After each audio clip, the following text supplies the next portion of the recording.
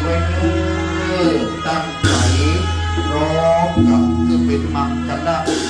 พระศรีองค์คำสัตเดชขึ้นสู่องค์ใหม่พร้อมด้วยพักยศพระครูวิสิตศรีลาภรณ์อันเป็นพระครูสัญญาบัตรเทียบเจ้าคณะอำเภอจักเกตและโบราณเพิ่นขึ้นวงเพิ่นเอาชื่อมังกันนะวันนี้ผ้าไตรจีวรบาทอัฐบริขารพวกแก้วพวกคำพวกแสงพวกดีพวกมาพวกเงินพวกทองขึ้นวงนิมนต์หลวงพ่อท่านเจ้าคุณพระสุวรรณเมธีสู่พุทโธมังกรณ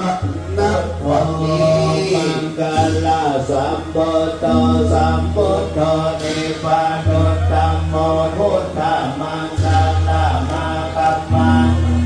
โลกาปะมุจจันเลธัมโมมังกรสัมพุทโธสัมเมโลตุตัสสวานุธัมมังมังกรมาคัมมังสัพพะปัญญาสัมพุทธะเลสัมโฆมังกรสัมพุทโธนายโยอนุตตโรสัมฆมังกรมาคัมมังสัพพะโลกาสัมพุทธะเล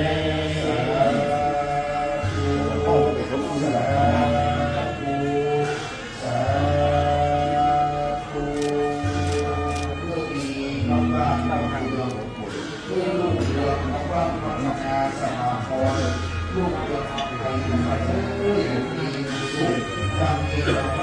ลูกโอ้มา